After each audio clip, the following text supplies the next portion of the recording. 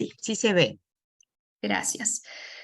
Bien, entonces el primer tema es sobre la discapacidad auditiva, ¿verdad? La atención temprana y diversidad de estudiantes sordos. Esto es nuestro tema general. Sin embargo, es importante poder saber también sobre, primero, la discapacidad auditiva.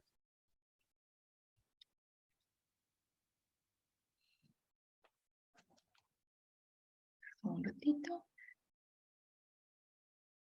Ahí está.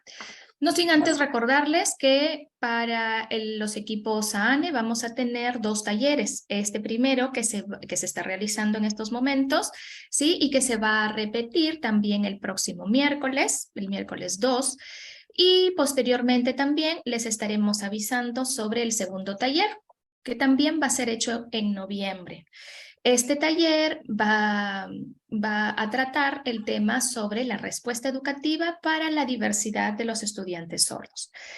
Y como todos esperamos que pues podamos tener diferentes estrategias para poder responder a esta diversidad, no podemos responder a la diversidad sin antes no tener en cuenta la diferente información sobre esta diversidad, ¿sí? Y hoy día vamos a tratar sobre esto. Conozcamos primero cómo es todo este sistema auditivo, ¿sí? Sabemos que el oído y el sistema auditivo está conformado por oído externo, por oído medio y por oído interno. El oído externo, que vendría a ser esta parte del pabellón auricular, que se encarga de recepcionar, ¿sí?, las vibraciones sonoras a través del conducto auditivo externo. Y la membrana timpánica. Hasta ahí termina el oído externo. El tímpano hace esta reverberación, ¿sí?, este movimiento, y hace pasar el sonido hasta el oído medio, en el cual se encuentran los huesecillos, el estribo, el yunque y el martillo. Ellos convierten esta señal sonora en señal mecánica, ¿sí? E estimulan la ventana, que es la puerta para la cóclea. La cóclea ya vendría a ser el oído interno. En el oído interno está la cóclea, los conductos semicirculares, que son los encargados de monitorear el equilibrio, y posteriormente el nervio auditivo. Entonces, todo este proceso es aquel que realiza el sonido para que llegue al cerebro y las personas podamos recepcionar el sonido, comprenderlo y dar una respuesta ante este. Este es el mecanismo de la audición. Pues bien, tenemos entonces que la discapacidad auditiva es aquella pérdida auditiva, ¿no es cierto?, que puede afectar a un oído o a ambos, ¿sí?, y que puede tener causas diferentes. Las clasificaciones de las causas pueden ser también diversas. Se clasifican también según el momento de adquisición de la pérdida auditiva, ¿sí? Se dice que es prelocutiva cuando la pérdida auditiva se realiza o se da antes del periodo de adquisición del lenguaje. Y poslocutiva cuando se da después de la adquisición del lenguaje. Bien, también tenemos entonces las causas. Las causas pueden ser variadas y estas se pueden dar antes del nacimiento, ¿sí? Las prenatales. Las prenatales, perdón, hay un micro abierto. Este y este. Ya, gracias. Me han enseñado 1000 veces y no aprendo. No aprende esta cabeza, oye. Aprende.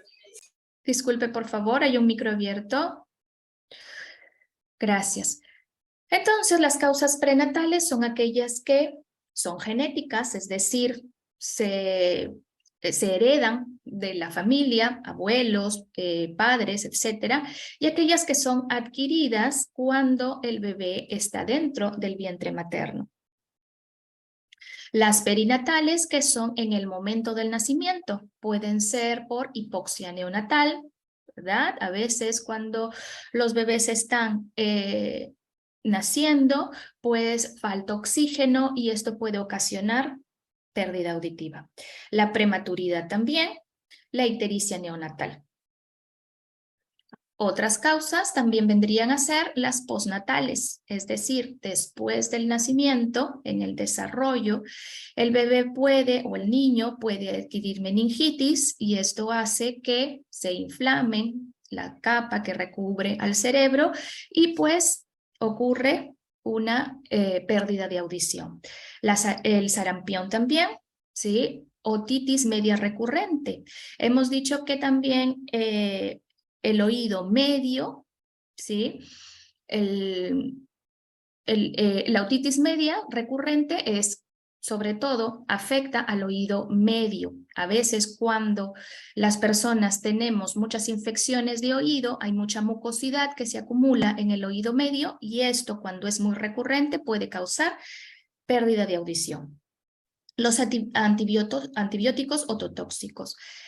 Esto también puede ocurrir como causa perinatal, es decir, las madres embarazadas, pues a veces cuando hay muchas infecciones urinarias, se les recomienda medicamentos que calmen esta infección, pero algunos suelen ser ototóxicos, como la gentamicina, la amicacina.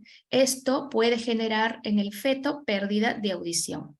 Entonces, si hablamos de esto como una causa postnatal, a veces también por ciertas infecciones que le dan a los niños, también se les puede recetar antibióticos ototóxicos. Y si es que ya hay una tendencia a la pérdida de audición, pues probablemente que esto ocurra.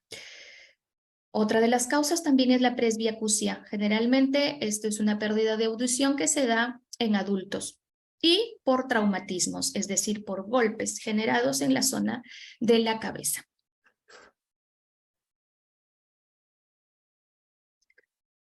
Bien, ahora vamos a hablar un poquito sobre los tipos de pérdida auditiva. Tenemos que tomar en cuenta que hay tipos y hay grados. Los tipos se clasifican en función de dónde se presenta, dónde se presenta la causa, ¿sí? Y vendría a ser estos tipos la conductiva, la neurosensorial y la mixta. Vamos a hablar solo un poquitito. La conductiva es cuando presenta alguna afección en el conducto, aquel pase del sonido hacia el nervio auditivo, ¿sí? Y hacia la cóclea. Cuando la afección se encuentra en el conducto auditivo externo, en la ventana timpánica, en el tímpano mismo o en el oído medio, se clasifica como pérdida auditiva conductiva. Es decir, algo pasa en el conducto que no permite que el sonido llegue adecuadamente a la cóclea y a su vez al nervio auditivo. Por otro lado, tenemos la pérdida auditiva neurosensorial. Es donde la afectación se encuentra en las células ciliadas de la cóclea o en la cóclea misma, ¿verdad? Las células ciliadas que se encuentran en esta forma de caracol son las encargadas de recepcionar la estimulación y enviarla al nervio auditivo. Pero cuando existe alguna dificultad en estas células ciliadas, a veces estas células no están en su totalidad, están un poco sin haber desarrollado adecuadamente, pues no recepcionan el sonido y no está llegando hacia el nervio auditivo. Y por último, la pérdida auditiva mixta, es decir, aquella que combina tanto la pérdida auditiva conductiva como la neurosensorial. Suele pasar que cuando es esto mixto, a veces ocurre que son por infecciones en el oído medio y como son recurrentes, pues poco a poco van a comenzar a afectar de manera neurosensorial también. Ahora, hablemos sobre grados de pérdida auditiva. ¿Sí? Los grados según esta clasificación, en decibeles, es decir, a cuánto volumen uno puede escuchar, No, esa ¿sí? escalera es de juguete. Entonces Diana, tenemos ¿podrás? la pérdida Sí, a partir de auditiva, las 12. ya está, la pérdida auditiva de grado leve, ¿sí? La pérdida auditiva de grado moderado, de grado severo y de grado profundo. ¿Qué quiere decir esto? Que cuando la persona necesita de un volumen entre 20 y 40 decibeles, recién hay una respuesta, ¿sí? Recién uno puede voltear. Cuando la persona necesita un sonido con un volumen de 40 a 70, existe una respuesta. Cuando una persona necesita un volumen de 70 a 90 para que haya una respuesta, se dice que tiene una pérdida auditiva de grado severo. Y cuando necesita muchísimo más volumen para poder tener una respuesta auditiva, tanto que el volumen tendría que ser de 90 a 120, pues la persona tiene una pérdida auditiva de grado profundo.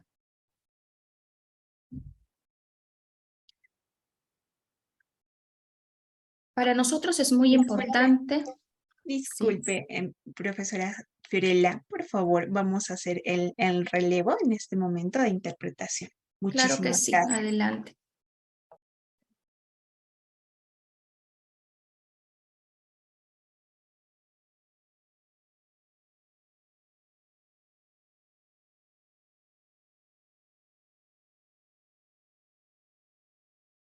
Muy bien.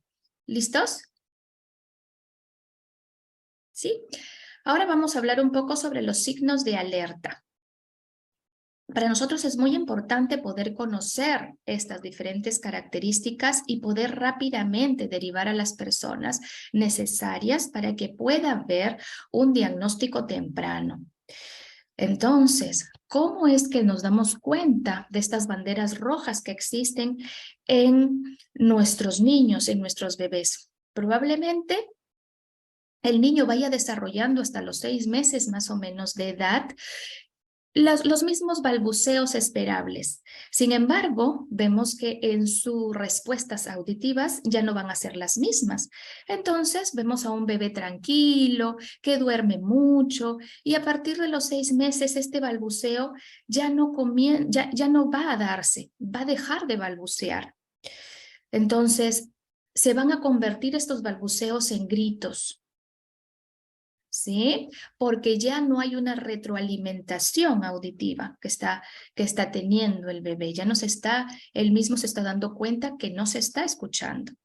Entonces no responde al nombre tampoco, no responde a sonidos suaves, por ahí que tampoco hay reacción a ruidos de alto impacto. Es decir, tenemos bebés tan tranquilos que aunque estén durmiendo y suene fuerte una puerta de improviso, este bebé no se está despertando, ¿sí? Ya cuando es un poquito más grandecito y ya se espera las primeras palabras, pues tampoco las está diciendo, no hay sílabas tampoco como el previo balbuceo, ¿no? Y hay un retraso del lenguaje en general. Los signos de alerta ya en los niños más grandecitos, pues es que solo está produciendo sonidos, no llega a producir palabras, no entiende lo que se le dice. Comienza a utilizar estos gestos innatos también, pero los comienza a utilizar más. Un bebé pequeñito es típico que comience a utilizar gestos como el hola, el chao, el ven, ¿dónde estás? Pero este bebé que ya no está recibiendo esta retroalimentación auditiva, pues comienza a utilizar muchos más gestos, porque ya no expresa con palabras ni con frases sus necesidades. Hay poco vocabulario también, ¿sí? A nivel de lenguaje. Tomemos en cuenta que, como ya explicamos, hay grados de pérdida auditiva y probablemente no nos encontremos siempre con grados de pérdida auditiva profunda, pero sí hay leve o moderada, en que sí están escuchando algunas palabras o algunos sonidos. Entonces, el niño habla en función a lo que escucha y pues tiene poco vocabulario. no sigue órdenes sencillas, ¿sí? Se distrae con facilidad, lógicamente, porque no puede estar enfocado, porque no está escuchando. Y también repercute en la conducta y en el aprendizaje, pues al mismo tiempo que no está escuchando, no está comprendiendo los mensajes y pues comienza a tener inflexibilidades en su conducta. Ahora vamos a hablar un poquito sobre cuál es lo que debemos hacer, cuál es la ruta de atención para que este niño se pueda desarrollar integralmente, para que este niño con discapacidad auditiva pueda comenzar a desarrollarse. Vamos a marcar esta ruta y lo más importante es saber que lo tenemos que hacer lo más pronto posible. ¿Sí? Vamos a comenzar hablando sobre el tamizaje auditivo neonatal, que sería lo más conveniente hacer, sería lo ideal. Sabemos que actualmente hay muchas falencias en esto como sistema, ¿no? Como protocolo. Sin embargo, es importante tenerlo en cuenta. Comenzamos con el tamizaje, seguimos con el diagnóstico, buscar información adecuada, la familia comienza a buscar información especializada, se opta por alguna caracterización del niño y su familia para que al final tomemos la decisión en qué es o cuál será el abordaje para tal o cual niño dependiendo sus características. Entonces comenzamos a ver el tamizaje auditivo neonatal. ¿Por qué? Porque es importante para este diagnóstico. Es la primera parada de este nuevo camino y es hacer un diagnóstico lo más pronto posible. Para ello, es importante tomar en cuenta el tamizaje auditivo neonatal. Según el consenso latinoamericano, ¿sí?, de algunos países, pues tenemos que concluyeron en que entre la pérdida de la audición y la vista, la audición es aquella que hace que un niño se apropie de la lectura y de la escritura, más que la pérdida de la vista. Desde ahí radica la importancia también. Tenemos que también en Latinoamérica la sordera en el recién nacido es la más frecuente, ¿sí?, identificada al nacimiento. Y el costo de su identificación es también hasta 5 veces menor que la identificación de otras discapacidades. Entonces, ¿por qué no hacerlo? ¿No es cierto? Vemos también que el tamizaje auditivo neonatal y el no hacerlo va a retrasar la aplicación de medidas de prevención. ¿Sí? ¿Por qué? Porque se ha determinado que en Latinoamérica la edad promedio en que se está haciendo este tamizaje y por ende la intervención es más o menos 40 meses. Entonces ya es tarde para esa edad, para poder desarrollar adecuadamente un sistema de comunicación. Pues la identificación de la sordera desde el nacimiento se puede dar, es factible. Y eso va a generar el inicio de programas de diagnóstico y de intervención que eviten o que minimicen estas desventajas que podrían tener estos niños, estos estudiantes. Pues estas desventajas van a hacer que traigan como consecuencias cognitivas, educativas, laborales y sociales si este diagnóstico se retrasa. ¿En qué consiste entonces este tamizaje auditivo?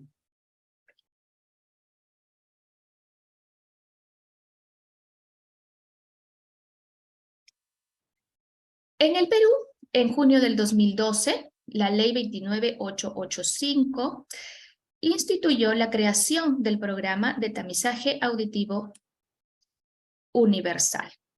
¿Qué quiere decir esto? Que junto a otros tamizajes que se dan cuando nace un bebé, también se tendría que tomar en cuenta el tamizaje auditivo dentro de los primeros 28 días del nacimiento.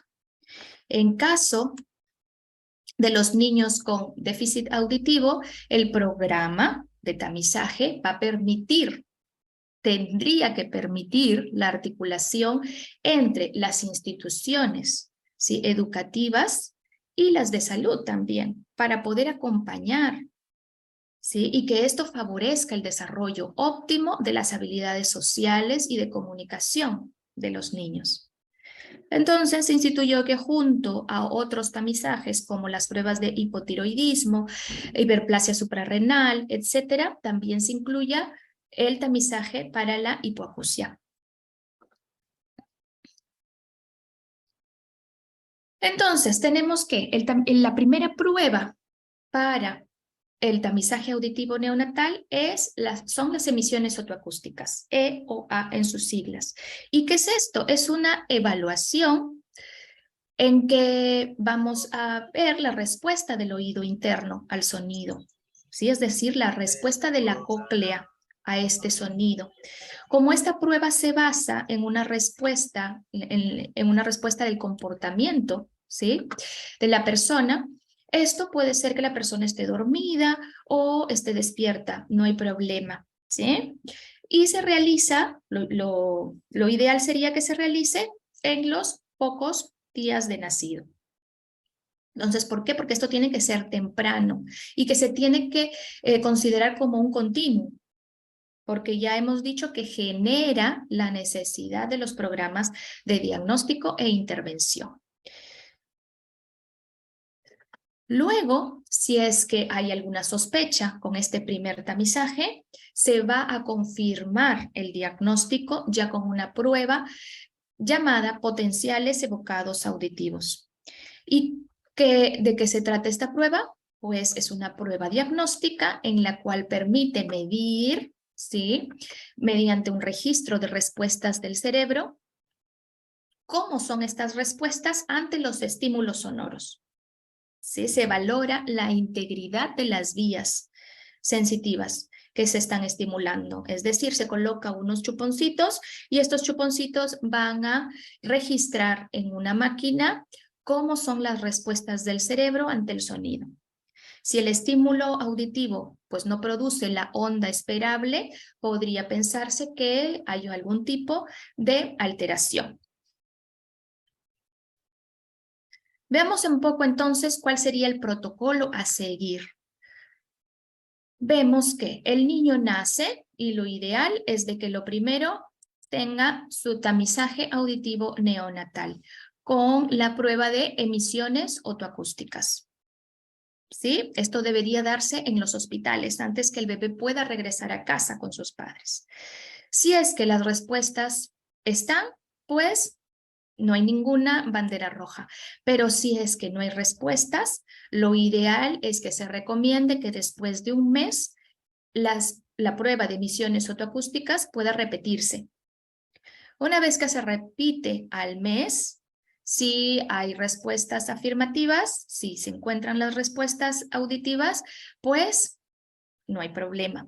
Pero si es que aún así existe una alerta, ya se deriva a los potenciales evocados auditivos, en donde junto a otras pruebas audiológicas como la timpanometría, como las audiometrías, pues se confirmaría el diagnóstico de una sordera.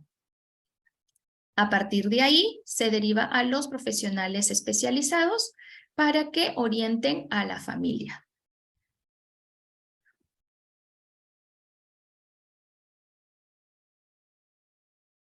¿Y cuáles serían estos profesionales especializados? ¿Sí? Existen muchos profesionales que pueden brindar toda esta información especializada a la familia, porque los padres van a tener muchas preguntas sobre esto. ¿Qué es lo que voy a hacer? ¿Qué hago con mi hijo? Ya no le hablo, no le hago gestos, ya no lo miro, mejor lo aíslo. Entonces es importante que las familias puedan recibir la información especializada. ¿Y quiénes nos la pueden dar?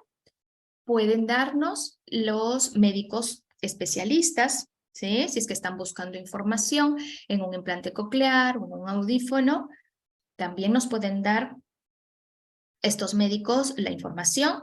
Podemos acudir también a grupos de padres que hayan tenido ya experiencia con algún hijo que que tenga discapacidad auditiva en cualquiera de los abordajes, ¿sí? Hay padres que eligieron la lengua de señas y que pueden brindar sus experiencias, y hay padres que eligieron el lenguaje, el implante o el audífono, y también pueden brindar experiencias a los padres.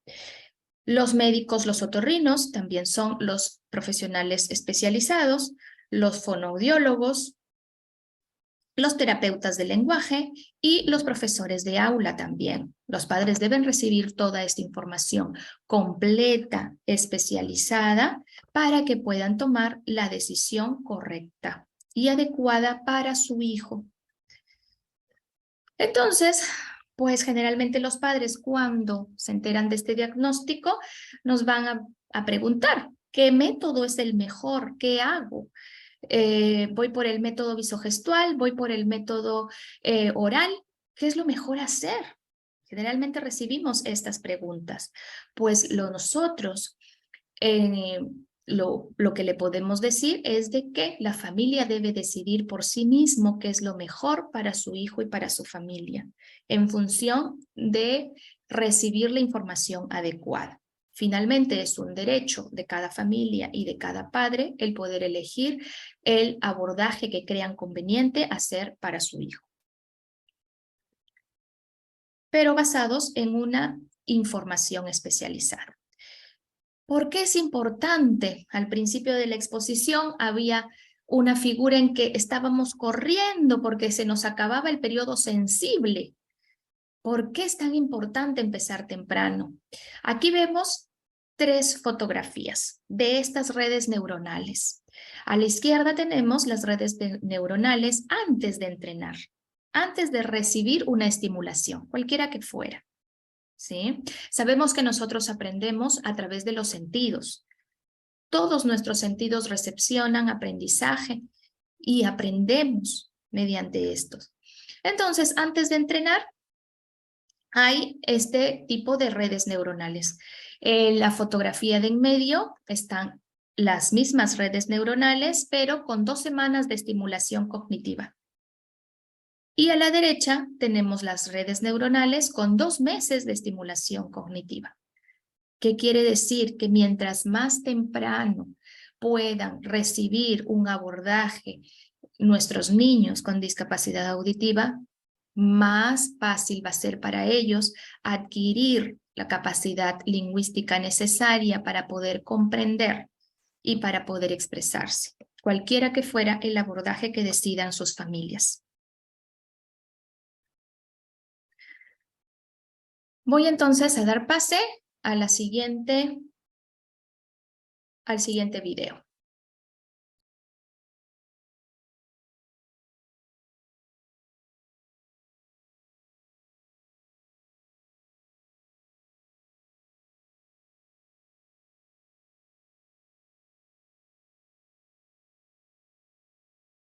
Muy bien. Gracias, Fiorella, por la exposición, por explicarnos sobre la discapacidad auditiva. Ha sido muy interesante poder observar y todo lo que los docentes del SANE, psicólogos, especialistas también pueden informarse. Es un tema muy importante. Ya sabemos que antes los padres deben recibir toda la información y también el niño sordo tiene que ser atendido tempranamente, eligiendo el método oral o el método visogestual, cualquiera de los 2 métodos. Es decisión de los padres para que decida lo mejor para su hijo sordo. Muy bien, ya sabemos que es importante entonces la información de manera temprana para que también el niño sordo se desarrolle y tenga una buena educación. Pueda aprender lengua de señas o el lenguaje oral. Cualquiera de esos 2 caminos, los padres tienen que apoyar mucho al estudiante y decidir de repente uno, otro o los 2. Muchas gracias, Frela, por tu exposición. Es un tema muy importante. Ahora vamos a continuar presentando un video.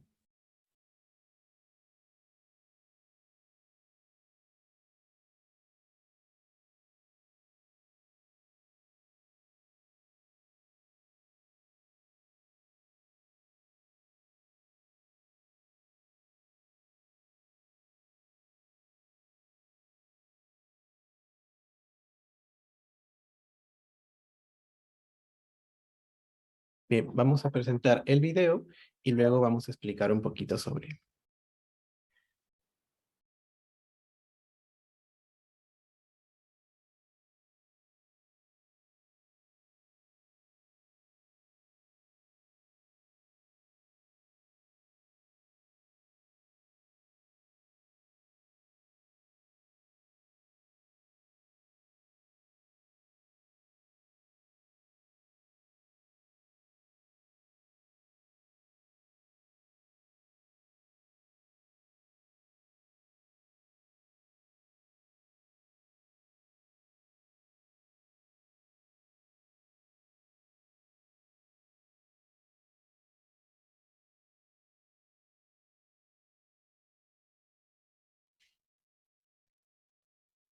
A ver, vamos a ver los estados de WhatsApp.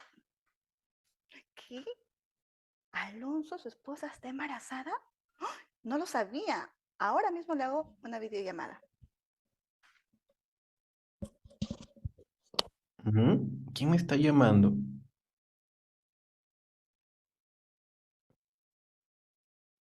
Hola, Hola, hola Alonso. a los tiempos. Sí, a los tiempos. ¿Cómo estás? Bien, bien.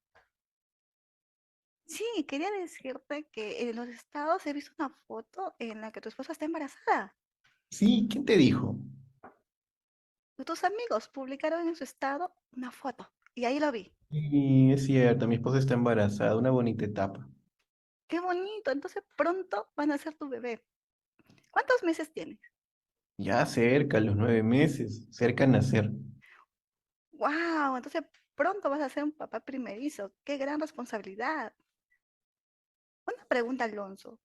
¿Has considerado la idea de cuando nazca tu bebé sea sordo o oyente? Bueno, si en caso sea sordo, yo voy a coordinar con mi esposa al respecto. Uy, entiendo. ¿Y has pensado en cómo sería tu comunicación si tu niño nacería sordo? Bueno, si es oyente ya sabemos, ¿no? Pero si es sordo, ¿qué método usarás? ¿La lengua de señas o la oralización? Bueno, eso tendría que coordinarlo bien con mi esposa, a ver si elegimos el método auditivo oral o la lengua de señas o bimodal de repente. Tenemos que decidirlo entre los dos.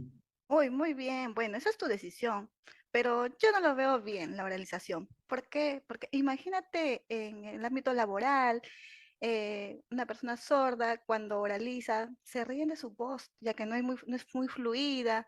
Entonces, mejor yo te aconsejo que use la lengua de señas, que así, cuando se comunica, lo van a ver con el apoyo de un intérprete de su voz.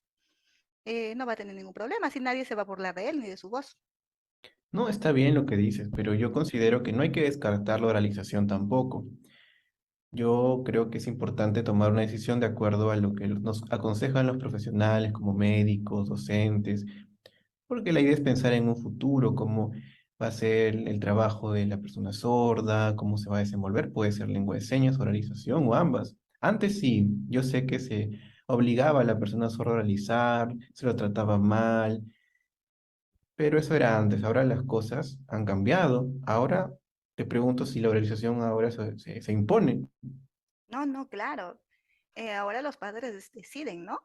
Si oralizan o si en el exterior oralizarían y en el colegio solamente usarían la lengua de señas y aprenderían a escribir.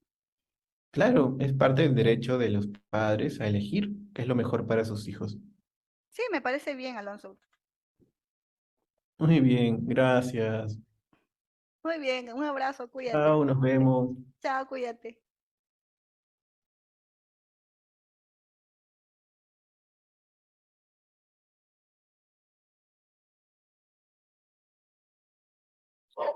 Bien, hemos podido observar el video, ha estado bastante claro. Hemos visto dos métodos, el método visogestual, el método auditivo oral.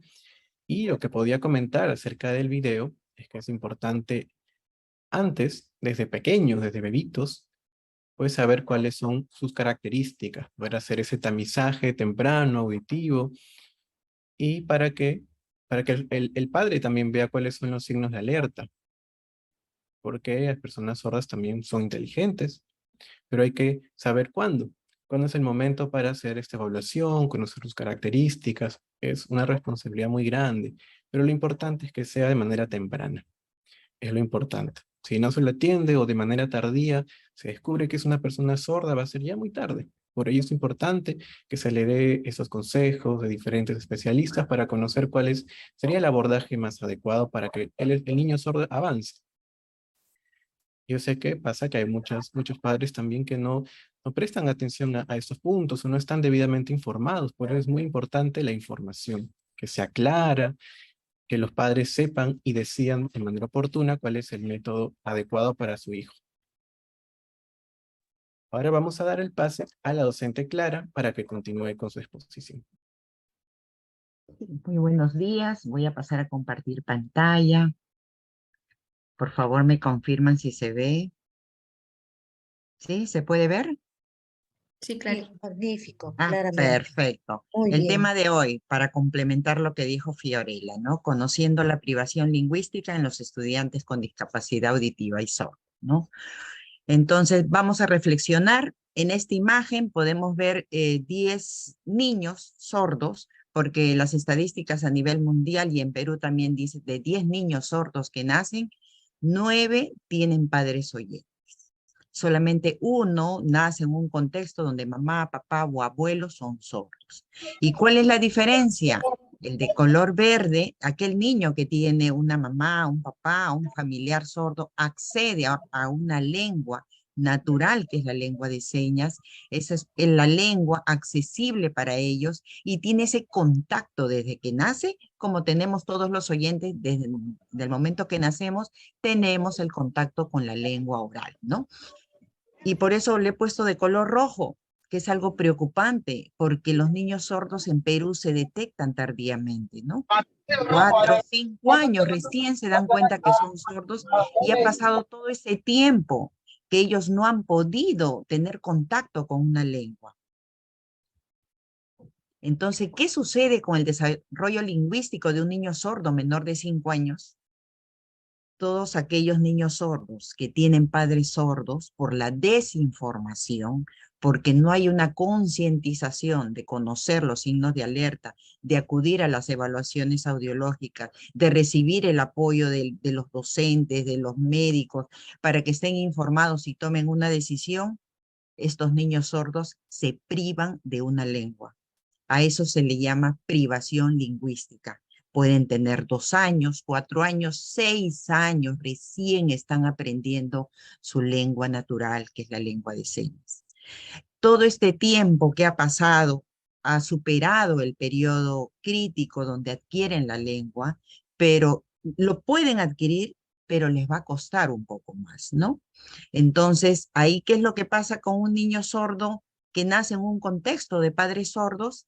Acceden a una lengua tempranamente, tienen el contacto. Y las investigaciones dicen que aquellos niños sordos que nacen de padres sordos, que tienen una lengua de señas, su desarrollo lingüístico a la edad de 3 y de 5 años es tan igual a los chicos oyentes de padres oyentes que han desarrollado la lengua oral, ¿no? Entonces, estas comparaciones nos permiten decir e informar a la comunidad educativa que es muy importante que los estudiantes sordos, los niños, los bebés, adquieran una lengua desde que nacen o temprana edad, ¿no? Los primeros 6 meses, el primer año, para que esa brecha que hay, que no han tenido contacto con una lengua, sea mínima y pueda contribuir para su desarrollo integral, ¿no? Para su desarrollo emocional, para su desarrollo social, cognitivo, comunicativo, etc. Entonces acá podemos ver una imagen, qué es lo que está pasando, ¿no? Con los estudiantes oyentes. Ellos adquieren una lengua desde que nace, la mamá le habla, gu, bebé, el niño le responde porque está en contacto con la lengua. Le está dando representación a las imágenes que ve y hay una comunicación efectiva, ¿no? Preguntas, respuestas, va relacionando. Esa es la adquisición que sucede en los niños oyentes que tienen padres oyentes. Pero ¿qué pasa con los niños sordos? La mamá le habla porque a veces no ha tenido ningún signo, ni en el embarazo, ni en el parto, Entonces creen que no hay ninguna condición, ¿no? No hay ninguna pérdida auditiva. Entonces ahí le habla la mamá, siente el bebé, 1 año le sigue hablando, pero el niño no le comprende. El niño ve las imágenes, tiene una representación mental, pero no lo asocia con palabras. No llega a desarrollar estas habilidades lingüísticas que son importantes para todo su desarrollo y para su aprendizaje escolar. Por eso vemos un niño grande, 3 años, 5 años, esa es la edad que se detecta que son niños con pérdida auditiva. Entonces son años valiosos.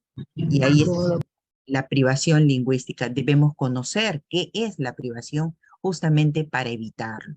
¿Por qué? Porque la privación lingüística es una barrera. Es una barrera porque no accede a la comunicación a temprana edad y también puede ser una fortaleza de aquellos niños sordos que nacen sordos y tienen el contacto con la lengua dentro del ámbito familiar o tienen el contacto de la lengua a temprana edad. Es una fortaleza porque va a desarrollar todas sus habilidades lingüísticas. Y acá podemos ver en la imagen, miren, la mamá le habla cat en inglés, gato, un niño sordo no tiene representación, no, esos sonidos no le son familiares, pero cuando ya le da las señas la mamá, automáticamente le da una representación simbólica que permite construir su pensamiento, permite conocer todo ese idioma que para él es muy importante. Entonces, ¿es importante acceder a una lengua a temprana edad? Sí es importante. Es el derecho de todos acceder a una lengua. En este caso, a una lengua natural, que es la lengua de señas. ¿Por qué? Porque es una lengua que tiene todos los elementos de la misma categoría que cualquier otra lengua, ¿no? Tiene el aspecto fonológico, morfológico, sintáctico, pragmático. Entonces, es una lengua. Y a veces la desinformación, no hacen señas, es algo para que se comunique. No es así. Es una lengua que permite desarrollar todas las habilidades cognitivas para un niño sordo. Cuando nosotros adquirimos una lengua, el castellano, en su modalidad, porque somos oyentes, también nos permite desarrollar todas estas habilidades lingüísticas que después, cuando vamos a un 1er y 2º grado, podemos nosotros escribir. ¿Por qué? Porque ya tenemos una lengua. Porque también acceder a una lengua a temprana edad en aquellos chicos sordos que son hipoacúsicos, que cuentan con apoyo auditivo, que han sido detectados tempranamente, les permite desarrollar su lengua oral, ¿no? A través del habla. Y porque es necesario que todos los niños sordos accedan a un servicio educativo a temprana edad, los PRITES de 0 a 3 años o una institución inclusiva donde se incluyan, se socialicen y vayan desarrollando su lengua, ¿no? Por eso debemos conocer que hay que evitar la privación lingüística, ¿no? Hay toda una campaña en ese sentido. Ya conociendo, concientizando, vamos a seguir informando a los docentes, directivos de las escuelas donde va el equipo SANE, para poder considerar este tema, ¿no? ¿Qué beneficios tiene si una niña o un niño sordo accede a una lengua de señas peruanas, ¿no? Que es un idioma completo. Permite el desarrollo integral, cognitivo, social, emocional. Y sobre todo genera las condiciones para adquirir una segunda lengua, que es el español escrito como segunda lengua, ¿no? Y eso lo podemos ver en el currículo nacional, en la página 15, ¿no? De las 31 competencias de estudiantes, adquirir el español escrito como segunda lengua, porque sabemos que él tiene su lengua natural, que es la lengua de señas, como hay 48 lenguas originarias. Hay un micrófono. Podemos conocer un poquito más porque hay una ley que otorga el reconocimiento oficial a la lengua de señas peruana. Entonces, ¿qué aporte nos brinda la neurociencia, ¿no? A veces hay muchos mitos que le llaman neuromitos que nosotros como docentes tenemos que ir conociendo, tenemos que ir actualizando, ¿no? Los años 90 es la década del cerebro. Antiguamente los equipos solamente estudiaban a los cerebros de personas muertas o personas o animales. Después de los 90 ya empezaron a tener equipos diagnósticos y aquí podemos ver en esta imagen del color amarillo cómo se activa el área del lenguaje, el área de Wernicke, el área de Broca, se activa cuando un estudiante sordo de nacimiento realiza la lengua de señas. Entonces, a veces creen los profesores que porque no habla, porque es sordo, uy, esa área del cerebro está afectada, está muerta. y no hay conexiones sinápticas, es totalmente falso. Ahí dicen los estudios, el área de Wernicke, que es el área especializada para comprender el lenguaje oral por la vía auditiva, se activa tan igual cuando ve signar a otra persona. Cuando tiene contacto por la vía visual, que es el área occipital, activa el área de Wernicke. Entonces, el área de Broca, que también es un área que es para expresar las palabras a través de todas este conjunto de del aparato fonoarticulatorio, este área también se activa cuando el niño sordo está expresando en lengua de señas, a través de los movimientos, a través de expresa su lengua. Entonces, acá podemos ver que el estudiante sordo que utiliza la lengua de señas se activa inclusive mucho más conexiones sinápticas porque la información tiene que ir hasta el lóbulo occipital, que es el área visual, y después va al lóbulo temporal, donde está el área de la comprensión del lenguaje. Entonces, la información se la damos, que es muy importante adquirir una lengua porque este desarrollo cognitivo y el desarrollo lingüístico de la persona sorda contribuye. Hay muchas investigaciones, ¿no?, que demuestran que una lengua a temprana edad, ¿no?, conduce a una mejora, le ayuda a posicionarlos de este desarrollo cognitivo exitoso y también a las habilidades de alfabetización y logros educativos. Y es fundamental para la comunicación y la interacción social. Todos los idiomas, incluido la lengua de señas americana, lengua de señas argentina, todos los idiomas son lenguas que permiten un desarrollo infantil saludable. Entonces vamos a recordar, ¿no? Ya habíamos dicho que los padres bien informados toman la decisión. Ya ahí podemos ver en la imagen dos padres con un bebé en brazos. Me voy por la oralización, la lengua de señas y oralización. Eso depende de las características de los estudiantes. Por eso queremos padres informados, ¿no? Porque la educación tiene como finalidad el desarrollo integral y eso lo dice la Constitución Política del Perú, ¿no? Los padres tienen el deber de educar a sus hijos, el derecho de escoger los centros de educación y participar en el proceso, porque tienen que involucrarse. Si optaron por la lengua de señas, tienen que ellos tener contacto con la comunidad sorda, tienen que aprender la lengua de señas, no dejarlo que la escuela lo haga. Entonces queremos padres concientizados, informados. Tenemos también la ley 29.535 desde el año 2010. Entonces nos refiere que los estudiantes sordos enfrentan barreras en la comunicación, ¿no? Porque el tema también vamos a tocar un poquito de barreras y fortalezas. También tenemos que recordar que hay un perfil del modelo lingüístico, ¿no? Ahí les he puesto un extracto del modelo lingüístico y él interactúa con el intérprete y con la docente, como dice en la imagen. Por eso dentro del SAEP tenemos modelos lingüísticos, ¿no? Que son personas sordas usuarias de la lengua de señas, ¿no? Que se vincula con la comunidad educativa, ¿no? Hasta el momento hay 16 regiones que cuentan con modelos lingüísticos y con intérpretes a través del contrato CAS. Pero para el año 2023 se van a sumar muchas más regiones. Por eso desde ya tenemos que ir preparando las condiciones que tengan la información, cuál es el rol del perfil, perdón, cuál es el rol del modelo lingüístico, cuál es el rol del intérprete, y ahí tenemos esta norma aprobada en el año 2020. El año pasado nos motivó a actualizarnos, a reflexionar de esta práctica reflexiva, no solamente en la modalidad de educación básica especial, sino en todas las modalidades, porque ya está en marcha la implementación del diseño universal para el aprendizaje. Entonces, dentro de este decreto supremo, hablan de una evaluación psicopedagógica, donde me permite conocer las fortalezas y saber también qué barreras enfrentan los estudiantes. En el plan educativo personalizado también se consideran capacidades, potencialidades, ¿no? Y sobre todo los apoyos que van a requerir. Y esto antes lo hacía el equipo SANE hasta el año pasado.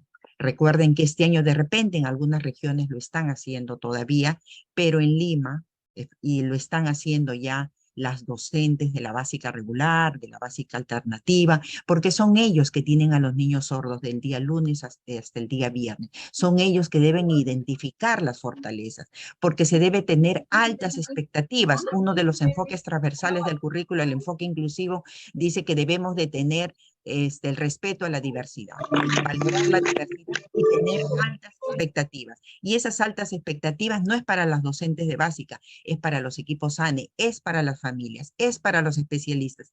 El DUA nos permite cambiar de mirada, una mirada centrada en las fortalezas y centrada de que todos los estudiantes, dependiendo de sus características, pueden aprender.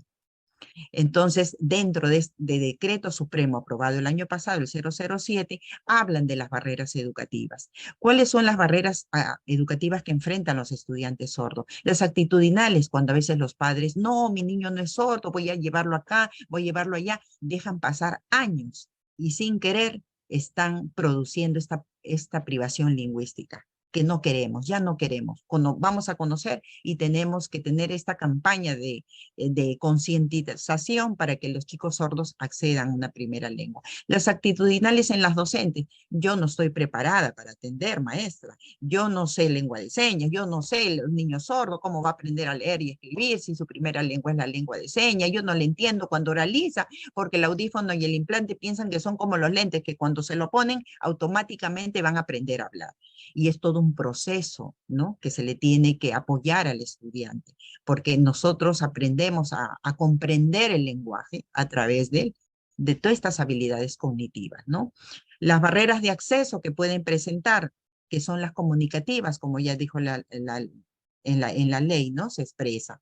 Las curriculares y didácticas, cuando a veces los docentes tienen bajas expectativas de los estudiantes sordos y le dan una hojita para que pinte, para que, bueno, escriba del 1 al 5, planas, y no se está permitiendo desarrollar las competencias que tiene que desarrollar como cualquier otro estudiante. Y las organizacionales también, porque dentro de la escuela a veces no se le permite, no, que ya tenemos estudiantes inclusivos, que ya no hay vacante, o de repente en el aula también no le permite interactuar con sus pares, o él hace solito sus actividades. Debemos conocer qué barreras se enfrentan, ¿no?, identificarlas e ir eliminando progresivamente. Y entonces, ¿cuáles son las fortalezas? Ya la neurociencia nos ha dicho, nos está mostrando una evidencia científica, que todos los estudiantes sordos tienen habilidades, tienen potencialidades, tienen intereses, motivaciones, y todos aprenden. Aprenden con diferentes recursos, con diferentes materiales y apoyos que respondan a sus características. Justamente este enfoque, este marco del diseño universal de aprendizaje me permite responder a la diversidad de los estudiantes y también responder a la diversidad de estudiantes sordos, porque no todos los estudiantes sordos son iguales. Acá podemos ver, todos los estudiantes sordos son diferentes, así como cada persona tiene una huella dactilar diferente, no hay dos huellas iguales, todos son diferentes. Debemos valorar y respetar la diversidad. Me salí del grupo. Ahí terminé esta parte. Que de una duda, por favor. Nosotros como tenemos niños incluidos y tenemos niños con discapacidad auditiva, con implante coclear, y nuestros niños que están en 5º año de primaria, en 3er año de primaria, ¿pueden repetir de año? Sí, voy a responder, ¿ya? Todos los estudiantes incluidos, según las normas, todos los estudiantes incluidos van a las escuelas a aprender. El aprendizaje de ellos es el desarrollo de las competencias. Y para que ellos puedan desarrollar las competencias, se les tiene que hacer los ajustes, los apoyos, se le tiene que brindar las adaptaciones correspondientes. Porque imagínense, si no se le brindan los apoyos correspondientes, los contenidos van a ser muy altos, esas competencias no la van a poder lograr. Por eso las competencias tienen estándares, ¿no? Tienen diferentes niveles para que el maestro de aula lo pueda ubicar en qué nivel se encuentra y cuál va a ser su proyección que debe lograr, ¿no? Entonces, ninguna norma le va a decir que repita o que pase de año. Si ha desarrollado competencias mínimamente, ya tendría que evaluar con el apoyo del SANE, con la familia, qué es lo que le corresponde. Pero si todo el año no se le ha brindado orientaciones al maestro para que pueda adaptar, para que le pueda facilitar la comunicación, ¿no? Para que el niño aprenda, entonces el que ha perdido es el estudiante. Muy bien. Después de haber escuchado sobre la discapacidad auditiva, la importancia de la atención temprana, la importancia de no tener o que no estén con una privación lingüística, ¿no? Ahora vamos a ver cómo son estos estudiantes sordos a los que nos enfrentamos en las escuelas en el día a día. Hay una diversidad, pues no todos los estudiantes son iguales, ¿sí? Entonces, vamos a ver. Hay un grupo de estudiantes que van a ser usuarios del canal visual, ¿no? Van a ser usuarios de la lengua de señas peruanas. Estos estudiantes, si han sido diagnosticados, si han sido atendidos tempranamente, van a poder desarrollar favorablemente esta lengua de señas, ¿no? A través de su canal visual, pues es una lengua visogestual. Van a usar esta lengua como un instrumento para comunicarse y representar su mundo, ¿sí? A la vez que van a estar acompañados de su soporte familiar y de la escuela. Van a ir avanzando muy bien, como también puede ser el grupo de estudiantes sordos que los padres optaron por el abordaje auditivo, ¿no? Estos estudiantes van a ser usuarios de la lengua oral. Van a estar usando auxiliares auditivos, ya sea el implante coclear o el audífono. Cabe resaltar que estos estudiantes necesitan de un apoyo extra, no solo del colegio. Van a necesitar específicamente una terapia que acompañe para que pueda ir desarrollando este lenguaje oral. Pero todo esto se puede dar siempre y cuando han sido, nuevamente repito, diagnosticados tempranamente y atendidos tempranamente. Se han sido amplificados a una edad dentro del periodo sensible, como recuerdan lo que nos habían comentado anteriormente, de 0 a 3 años. Es la edad idónea para que ellos puedan ir avanzando favorablemente, tanto en lengua de señas, lenguaje, o en la lengua oral. Muy bien, pero ¿qué pasa cuando hay estudiantes, hay un grupo de estudiantes sordos que no están avanzando como se espera, ¿no? ¿Qué es lo que les está pasando? Hay algo que impide que su desarrollo del aprendizaje se vaya estancando. Y puede ser que esté asociado a algunas comorbilidades. Hay diferentes características que pueden estar sumados a la sordera. Vamos a ir conociendo algunas de ellas, como el trastorno del espectro autista, o también conocido como TEA. ¿Qué es el TEA? Es el trastorno del neurodesarrollo que tiene dificultades en la comunicación y en la interacción social. Estas características se van a ir mostrando, se van a ir evidenciando a lo largo del desarrollo del niño. Mientras él va creciendo, va a ir mostrando diferentes características que nos van a ir indicando que algo está pasando.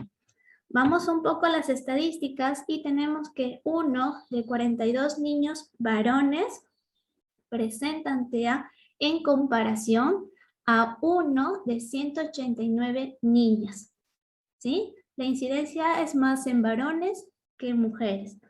Y a su vez también tenemos que entre el 1 y el 6% de esta población de TEA también tienen sordera, ¿sí? Hay una comorbilidad. Entonces, ¿cuáles son estas características que se pueden ir evidenciando en estos estudiantes? Pues tienen poco contacto visual, ¿no? No hay una fijación en la mirada, hay inflexibilidad en la rutina, no tienen el pensamiento flexible y cada vez que hay algún corte o hay algún cambio en su rutina, el niño no va a entender la razón de estos cambios y va a terminar en llanto, en pataleta, ¿sí? Estos niños también presentan intereses inusuales. Pueden tener fijaciones en ciertos temas, en ciertas colecciones. Pueden coleccionar piedritas, diferentes tipos de hojas. Les puede llamar mucho la atención las cosas que giran, que dan vueltas, ¿no? Hay un interés inusual, lo que no es tan común para las otras personas. Y a su vez hay aislamiento. Por lo mismo que tienen la dificultad en la interacción social, tienden a aislarse. Muy bien. Entonces, recordando, tenemos estos dos grupos. El grupo del autismo, ¿no? Solo autismo, y el grupo de la sordera, de la discapacidad auditiva. Pero a su vez, hay una población donde comparten estas características, donde comparten estos diagnósticos. Entonces, vamos a tener estudiantes que tengan discapacidad auditiva y a su vez autismo. Y aquí es donde nosotros entramos para estar observando si nuestros estudiantes presentan estas condiciones, porque al conocer esto vamos a saber responder a esta realidad, ¿sí? A ver, otra condición que se puede dar sumada a la sordera son los síndromes. ¿Y qué son los síndromes? Son el conjunto de características que se van a ir dando a través de la genética, de la herencia.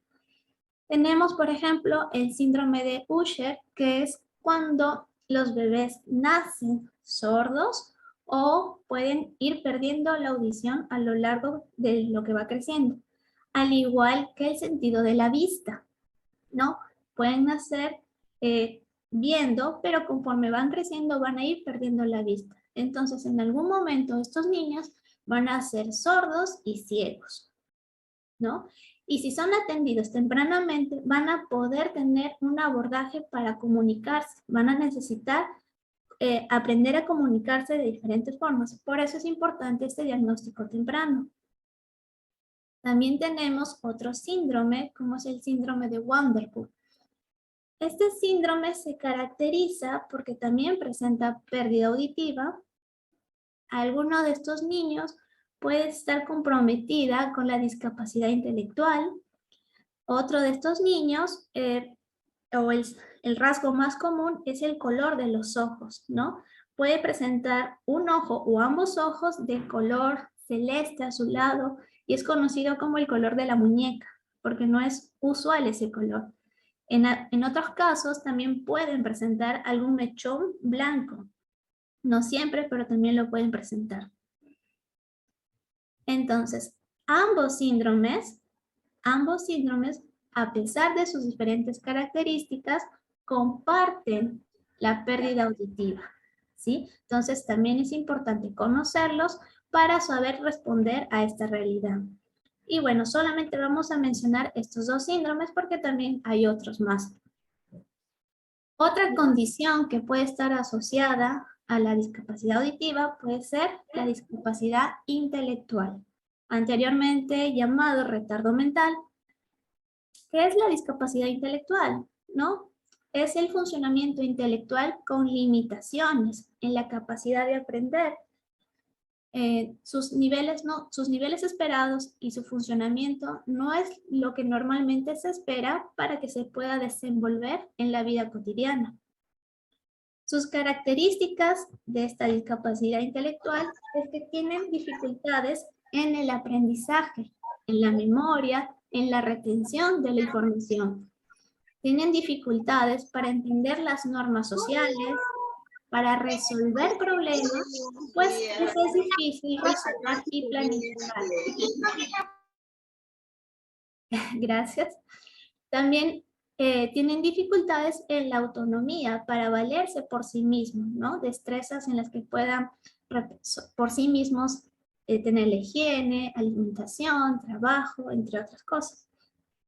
Los estudiantes con discapacidad intelectual tienen un CI bajo, en un promedio entre 70 y 55 puntos o menos, resaltando que el CI promedio normal es entre 90 y 109, ¿no? Entonces van a necesitar un acompañamiento para poder ir escalando, ir subiendo sus metas en sus objetivos que vayan aprendiendo. Como hemos estado viendo, tenemos estos dos grupos, ¿no? El grupo de la discapacidad auditiva y el grupo de la discapacidad intelectual, pero a su vez hay también una población de estudiantes que comparten estos diagnósticos, ¿no? Vamos a tener estudiantes sordos que a su vez estén comprometidas con la discapacidad intelectual. Por eso es que su forma de aprendizaje va a ser diferente, va a ser un poco más lenta, ¿no? Y vamos a tener que observar si nuestros estudiantes tienen estas características para saber responder a esta realidad. Muy bien, seguimos con otras condiciones y tenemos el trastorno del desarrollo del lenguaje, TDL, o anteriormente denominado TEL. ¿Qué es este trastorno? Es un trastorno del neurodesarrollo que afecta básicamente a la adquisición del lenguaje. Se da en la infancia y repercute hasta en la adultez. Este trastorno afecta aproximadamente al 7% de los niños, siendo incidencia más en varones que en mujeres. Este trastorno suele ser un poco invisible, pues no tiene esas características notorias como los puede ser el TEA o los otros síndromes. Por eso es un poco más difícil de llegar a este diagnóstico. ¿Y qué características presenta? Pues bien, afecta en la adquisición del lenguaje, afecta en la capacidad de su expresión, tiene dificultades para usar el lenguaje con otras personas, afecta en su comprensión tanto oral como escrita, tiene dificultades específicas en la estructuración del lenguaje, va a tener errores de concordancia, errores sintácticos, va a omitir elementos sintácticos, por ende su estructuración va a estar errónea. Cuando la comprensión está afectada, va a repercutir en su conducta, pues no va a estar comprendiendo y va a tener pensamientos inflexibles, ¿no? Igualmente, vamos a hacer esta comparación, ¿no? De los dos campos de la discapacidad auditiva y del grupo de estudiantes que presenten TDL. Pero a su vez, pueden haber estudiantes, en este caso, estudiantes que sean usuarios de audífono y de implante coclear, que de repente, a pesar de que hayan sido diagnosticados tempranamente, hayan sido atendidos tempranamente, hay dificultad en la adquisición de su lenguaje oral, porque puede estar presente el TDL. ¿Sí? Es importante ir conociendo para saber a qué nos estamos enfrentando. Otra condición puede ser el trastorno por déficit de atención e hiperactividad, o el más conocido, TDAH, ¿no? ¿Qué es el TDAH? Es un trastorno del neurodesarrollo que afecta al desarrollo ejecutivo del cerebro. Quiere decir a los procesos de planeación, al pensamiento flexible, a la concentración y a la inhibición de comportamientos no deseados, ¿no? Por ahí es que sale la impulsividad. Este trastorno puede darse con o sin hiperactividad y se estima que afecta a nivel mundial alrededor del 5% de todos los niños en el rango de edad de 3 a 17 años. Y bueno, la incidencia, como hemos venido viendo, se da más en varones que en mujeres, ¿no? Que en las niñas. ¿Cuáles son estas características visibles que podemos ver en estos niños?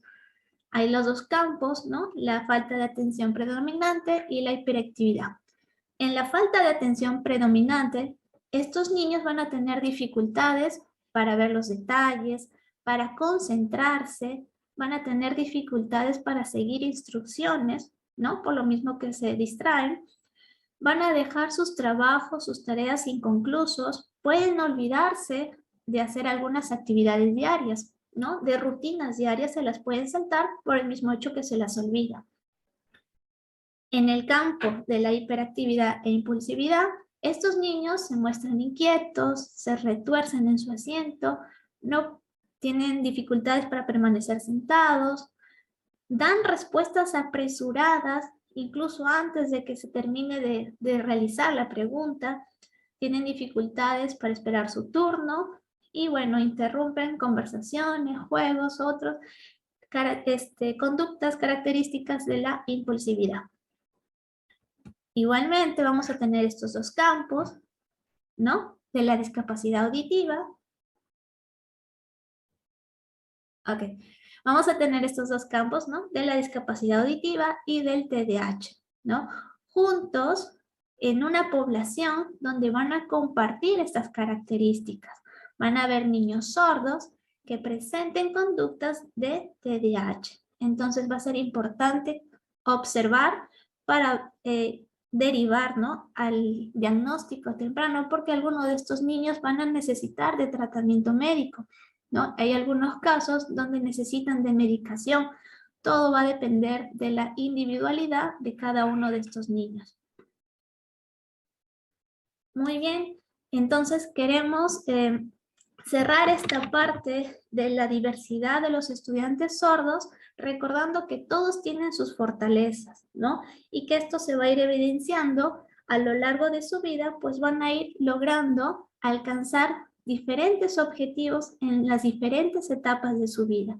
Por eso es importante recordar que debemos eliminar las barreras para que puedan tener una educación de igualdad de oportunidades. ¿Sí? Muy bien, muchas gracias por su atención. Hasta aquí llegamos con el tema. Y bueno, voy a dar pase al modelo lingüístico Diego para que nos comente sobre lo que continúa. Muy bien, ¿qué tal? Muy buenos días con todos, con todo el equipo SANE, profesores, personas que están presentes aquí. El día de hoy se ha tratado temas muy interesantes y en este momento procedemos a mostrarles un video. Por favor, presten mucha atención. Hola, hola amigo, ¿cómo estás? Bien, todo bien, muchas gracias, qué bueno. Oye, quería comentarte algo corto, ¿podría hacerlo? Sí, claro, coméntame, ¿qué ha pasado? Bien, te comento que tengo un estudiante sordo que es muy hábil con la lengua de señas. Aprende muy bien, está progresando, amplía su vocabulario. ¿Cómo te va a ti? Ah, qué interesante. Bueno, en mi caso, de los estudiantes sordos que atiendo, hay uno que es diferente, porque él presenta unas dificultades para aprender. Cuando le enseño la lengua de señas siento que se olvida, se confunde y es un poco complicado. Se siente también desmotivado, hay dificultades. Oh, ya veo, entiendo.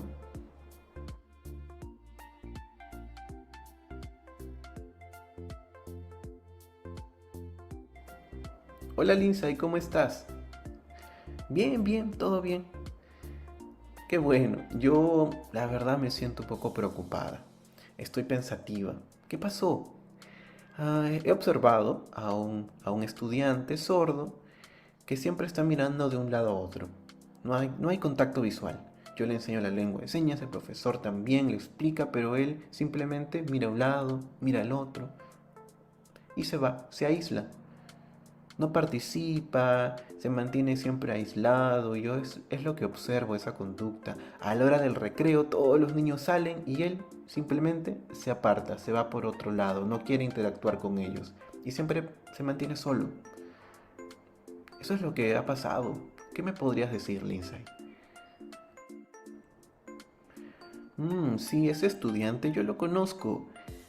Yo sé que él se distrae, mira a un lado, mira al otro, pero yo recuerdo que ese mismo estudiante en un concurso de dibujo y pintura, él mostró un dibujo bastante bonito.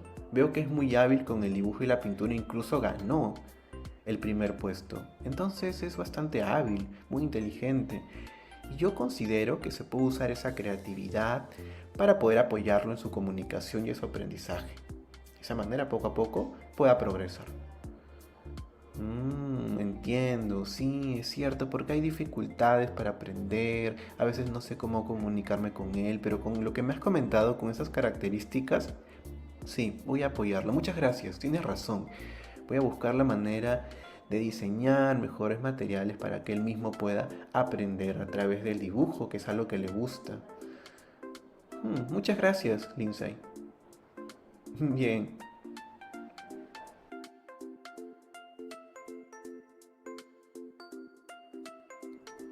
Hola Fiorella, ¿cómo estás? Hola Juan, bien, todo bien. ¿Qué pasó? Bien, te comento que en el colegio hay una persona sorda con implante coclear. Y esta persona sorda, cuando se trata de relacionar con sus amigos, sus otros compañeros piensan mal de él. Piensan que como es sordo no se va a comunicar, entonces se apartan de él porque piensan que no lo va a escuchar. Ah, sí. Pero yo he observado a este estudiante sordo que es muy comunicativo. Cuando se le pregunta algo, responde muy bien. Inclusive le gusta exponer oralmente sus ideas, es bastante hábil en ello. Es muy bueno. Tienes razón, es cierto lo que comentas. Hay que respetar la forma de comunicación de este alumno sordo, ¿no? Si le agrada expresarse oralmente y se siente feliz con la oralización, creo que sí, hay que dejar que él se comunique en su lengua oral y también aprendiendo la lengua de señas peruana. Sí, la oralización y la lengua de señas peruana. Hay que dejar que este alumno avance en su lenguaje oral.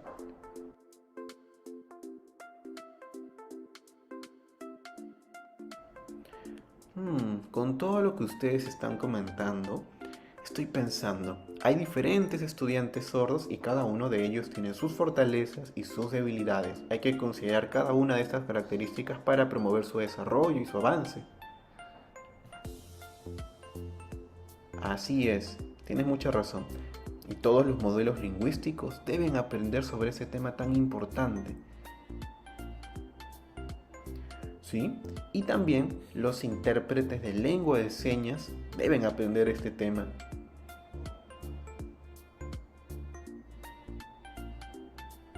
Igualmente, tanto modelos lingüísticos, intérpretes de lengua de señas, docentes y familias deben de conocer la importancia de estos puntos.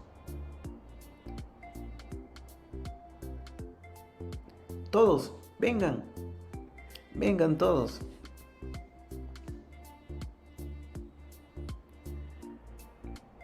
Los estudiantes sordos son todos diversos y hay que fomentar el respeto a las diferencias.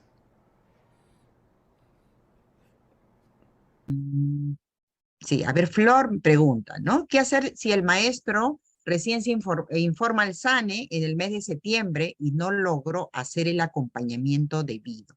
Ahora el maestro alega que el niño no sabe nada, que es flojo, va a repetir porque me hace quedar mal como docente.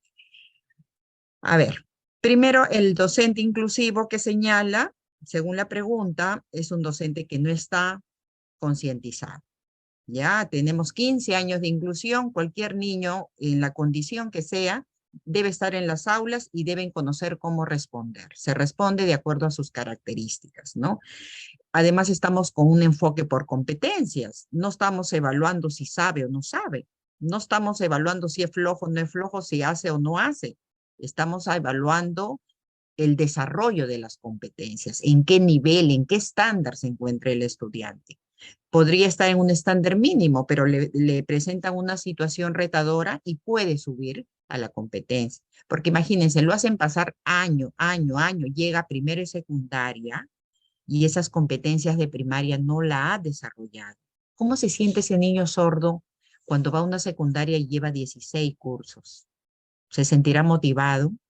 Entonces, no hay que perder de vista de que es importante que desarrolle competencias. Va a desarrollar de repente en el último bimestre, de noviembre y diciembre, algo tiene que hacer el maestro, algo el equipo SANE tiene que orientar, brindando de repente las adaptaciones, brindando las orientaciones para identificar en qué nivel de la competencia se encuentra el estudiante y ese logro superior ya está desarrollando la competencia y con una evaluación formativa lo tiene que evaluar. No va a evaluar igual que los otros niños con el mismo instrumento. Lo único que no puede hacer un estudiante sordo es comunicarse oralmente si es que utiliza la lengua de señas o de repente si tiene implante, de repente también su lenguaje todavía no va a ser muy fluido y claro porque es todo un proceso, ¿no?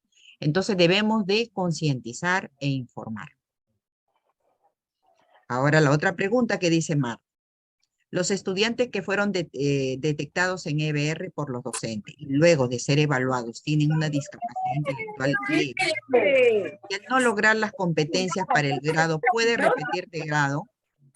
Si le dan las competencias del grado, sabiendo que un estudiante tiene una discapacidad, sí. Clara, disculpe, hubo otro audio que intercortó. ¿Podría repetir la pregunta, por favor? Ya, listo. Acá dicen, ¿no? Que los estudiantes fueron detectados en EBR por los docentes. Se les ha evaluado y tienen una discapacidad intelectual leve y no logran las competencias necesarias para el grado. ¿Puede repetir de grado? No hay ninguna norma que te diga que la repitencia se da porque no ha desarrollado nada de competencias o porque ha faltado durante todo el año, ¿no? Pero imagínense, si el niño está asistiendo, está garantizando el acceso, está permaneciendo, pero entonces el error es que no se está logrando los aprendizajes. Y los aprendizajes de un estudiante con discapacidad intelectual va a ser un aprendizaje que va a requerir apoyo complementario, va a requerir materiales accesibles para que pueda comprender la información. Recordemos que los materiales manipulativos no solamente son para el nivel inicial, va a requerir también el apoyo de la familia para acompañar este proceso, porque él tiene una forma diferente de aprender.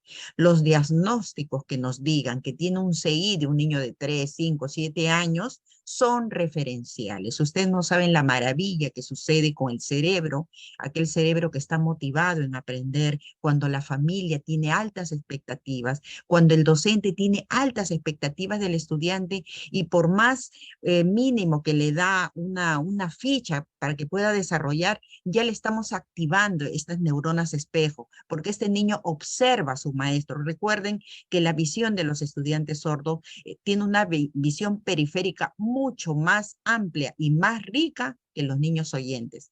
Entonces, cuando él ve que su maestro lo mira y le dice, tú puedes, vamos, ¿sí?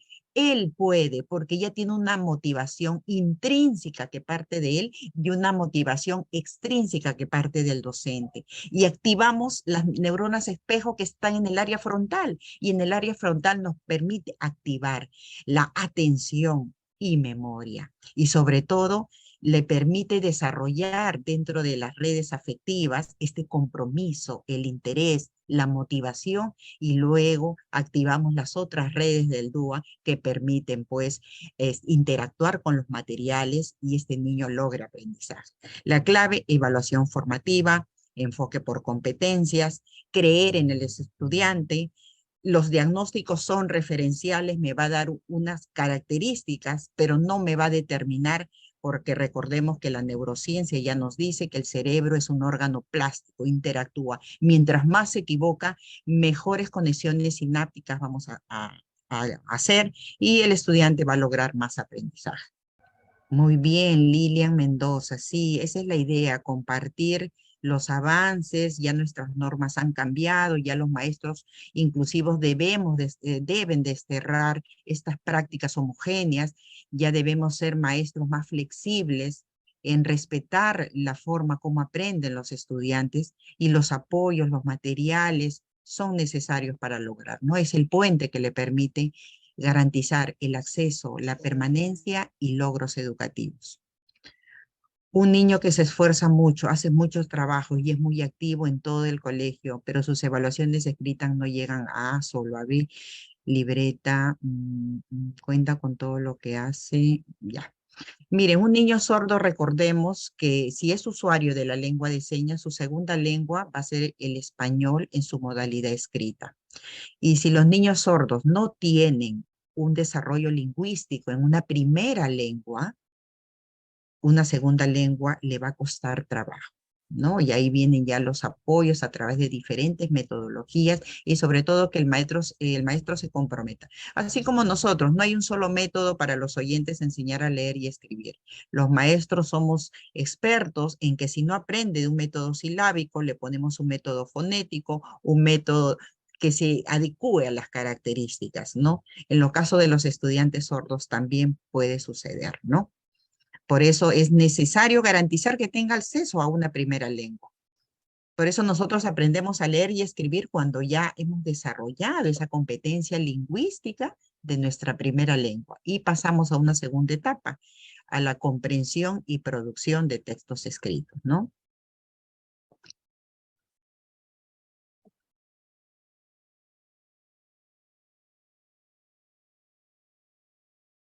Están agradeciendo, están agradeciendo. Muchas gracias, háganos llegar. Sí, la consulta tiene respecto a los guías, manuales para iniciación de la lengua de señas, asesoramiento a los docentes.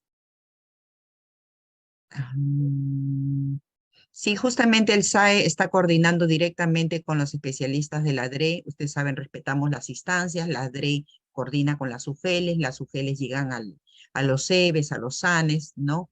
Y nosotros desde el Ministerio de Educación hay guías, hay manuales, hay cursos de Perú Educa. Ya se está aperturando un curso que inicia el día 4 de noviembre, ¿no? Sobre la atención educativa para estudiantes sordos. No sé si se lo han hecho llegar, pero es para todos los estudiantes, para todos los docentes de todas las modalidades, porque este curso es muy interesante, que ya está con este enfoque del diseño universal para el aprendizaje. Todas las DRE, todos los CREBE, en las UGELes también se vienen desarrollando cursos de lengua de señas. Y recuerden que la lengua de señas, quien debe ser el que como inspire a las personas, ¿no? El aprendizaje de una lengua de señas son los modelos lingüísticos, porque no solamente se transmite la lengua de señas como idioma, sino también se transmite su cultura, la identidad lingüística, que va mucho más allá, ¿no?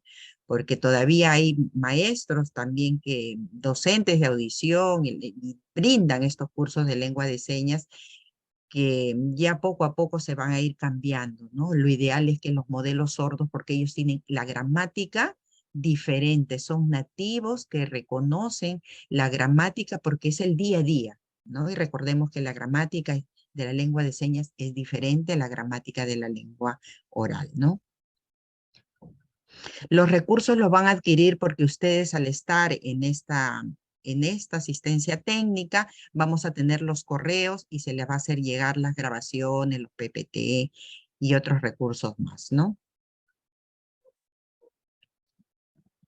Sí, este es un SAE de Servicio Educativo Virtual para la atención de estudiantes con discapacidad auditiva, ¿ya? A través de Perú Educa también se están brindando más cursos relacionados a la inclusión educativa también, ¿ya?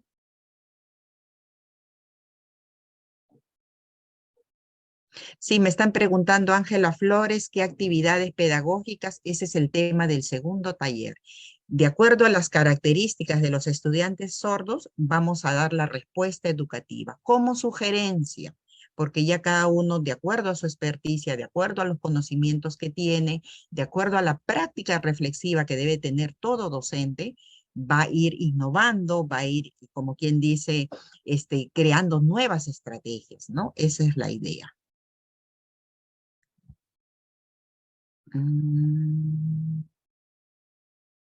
Muchas gracias. Capacitación en lengua de señas, recuerden que los hacen los CREBES, lo hacen las DRE también, a través de Perú Educa también hay curso básico de lengua de señas, y recuerden siempre buscar a la comunidad sorda para que puedan capacitarse con ellos, ¿no? Son ellos los que tienen que transmitir no solamente la lengua, sino su identidad y su cultura, y mucho más allá que es una sola lengua, ¿no? Esa es la idea.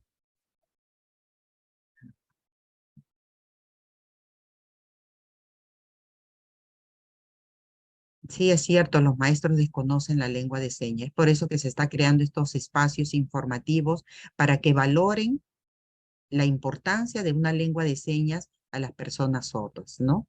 Que le va a ayudar justamente a desarrollar estas competencias lingüísticas para que puedan adquirir una segunda lengua, que es el español escrito en esa modalidad, ¿no? Buen día. Acá también hay muchos mitos. A veces piensa que los chicos que tienen implante, que tienen audífono o que son hipoacúsicos, cuando están desarrollando la lengua oral, están aprendiendo a hablar, a veces los mismos papás no quieren que hagan señas. Y ya las evidencias científicas nos dicen que aquellos estudiantes que están oralizando en ese proceso de adquisición de la lengua oral y se le complementa con lengua de señas, va a desarrollar mejor las habilidades lingüísticas, ¿no? Inclusive desarrolla más habilidades orales. O sea, hay que ir desternando estos mitos que a veces tienen los terapistas del lenguaje y las familias y también los docentes, ¿no?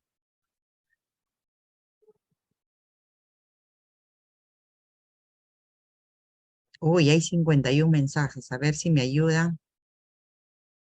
Lima Provincia necesita con urgente un servicio SAEP. Los SAEP, ahorita, Lima Metropolitana y Callao, están en las regiones focalizadas, porque estamos en 16 regiones, pero le corresponde Lima Provincias, Ica.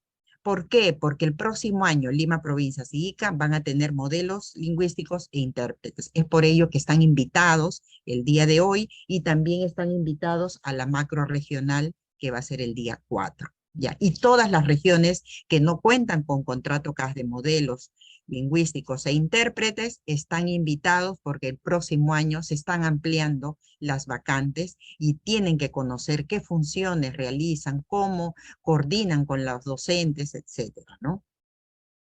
El SAEP-DA es a nivel nacional, es para las 26 regiones.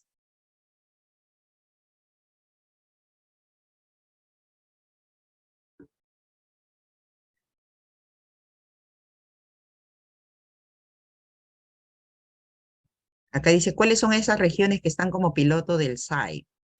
Nosotros somos un SAEP que nace desde un plan de emergencia. No somos el SAE que dice el Decreto Supremo 007, porque el decreto dice que esos SAEP se crean a nivel regional. Y la conversión de SANE a SAEP dura 5 años. Recuerden que hace 2 semanas ya salió el plan marco, estas normas que se van a ir implementando a través de las DRE y a través de la UGEL, de cómo va a ser esta conversión de los equipos SANE a los equipos SAE. Porque justamente esa denominación de SANE, necesidades educativas especiales, se tiene que ir cambiando por un servicio de apoyo educativo, que va a ser interno dentro de todas las escuelas y un servicio externo a través de las instancias de la sociedad. Nosotros somos un SAE dentro de este plan de emergencia, ¿no?